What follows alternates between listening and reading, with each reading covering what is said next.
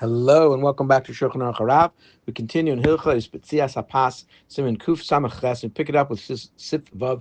And by way of introduction here, we're talking about different kinds of bread, what we call Pas Yisrael, which is bread baked by a Jew.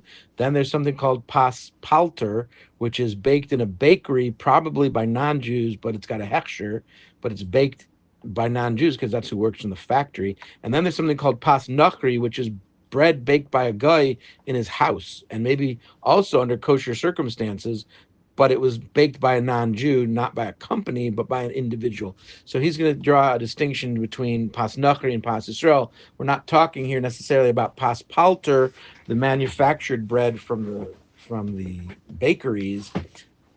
So you'll have to clarify some of this with your own Rav, depending on what you hold by bread. Sif Vav, have you fun of le'echel pas nachri pas Yisrael? If they brought to the person going to make the bracha, they brought him they brought him bread from a guy that was made by a non-Jew, not a company, but an individual non-Jew, pas Yisrael, and a bread that was baked by a Jew. Mavarach Hashem Yisrael. You should make the bracha on the Jew's bread. I feel even if a person's typically not careful regarding the pas of goyim, he eats that kind of bread. But still, the pas Yisrael takes precedence. If the bread of the guy is finer flour, and the flour from the bread by the Jew is not as nice, then the person can make the bracha on whichever one he wants.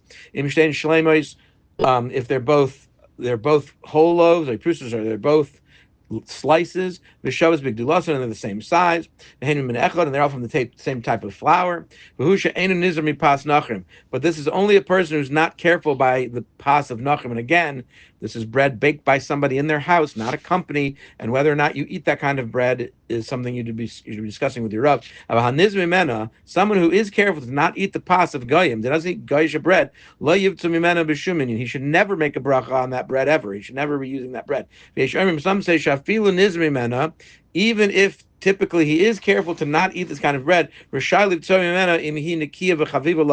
would be allowed to make the bracha on that bread if it is fine flour and he likes that bread. Because the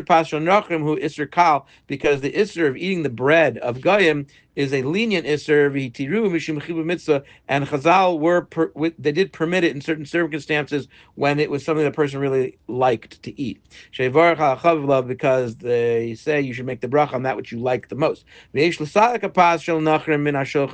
And then one should remove the pas of the bread from the guy, move it off the table until after the bracha of HaMotzi. That's what people say, because then you don't have this decision to make, because the only bread on the table would be the bread from the Jew, and you don't have to worry about it not being as nice because there's nothing else on the table. If you're eating with people who don't care about pas shel they eat this kind of bread. And that person brings with themselves this fine flour of goyish bread. Since the guest wants to eat the nicer loaf made by the guy, and he obviously can't eat it without making a bracha. And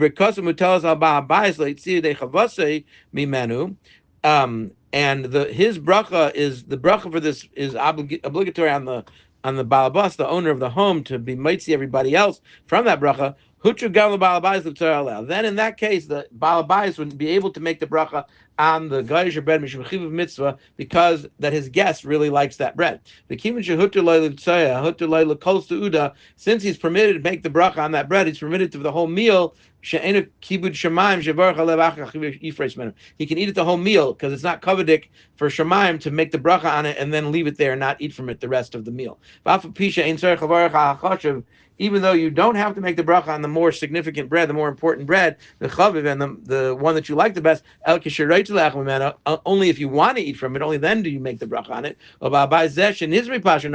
And this homeowner who's typically careful from eating this kind of non-Jewish bread, and he doesn't want to eat from it because he doesn't eat from this kind of bread. Nevertheless, if it wouldn't be for the fact that he was careful from it, this bread would be considered more chashuv and more desirable. But it's the isser that prevents him from doing that. And therefore, better if there's a reason they can come up with that would permit him to eat it in a loud manner, like this case, because his friend who brought the bread really likes this, and that makes it more chaviv, makes it more desirable. Then that's why Chazal permit even the balabas to eat from there. Kikol birchas hanen and to live b'chavivus, because all the brachas of when you're benefiting from something like food brachas, they're all dependent on what you like the most. Because it's the fact that you like it, that's when you have the most pleasure from it, and that's where your bracha is going. And you'll be praising Hashem even in a greater way, because this is what you want. If aside from the fact that it was an Isser of Pasha Nachim, if this bread would not be Eina Chashuva Olav B'Pasha Yisrael, is not more chashuv than the Jewish bread. If the only problem is the Isser of Nachim, but otherwise it's more chaviv, but if that's not the case, meaning without the Isser, it's still not more chaviv, then then you have to make the bracha on the Jewish bread. And so too, in the opposite way, the owner of the home is not careful with pasha nachim. He typically eats it. And he's only going to be eating from that bread the whole meal, because that's the finer flour. And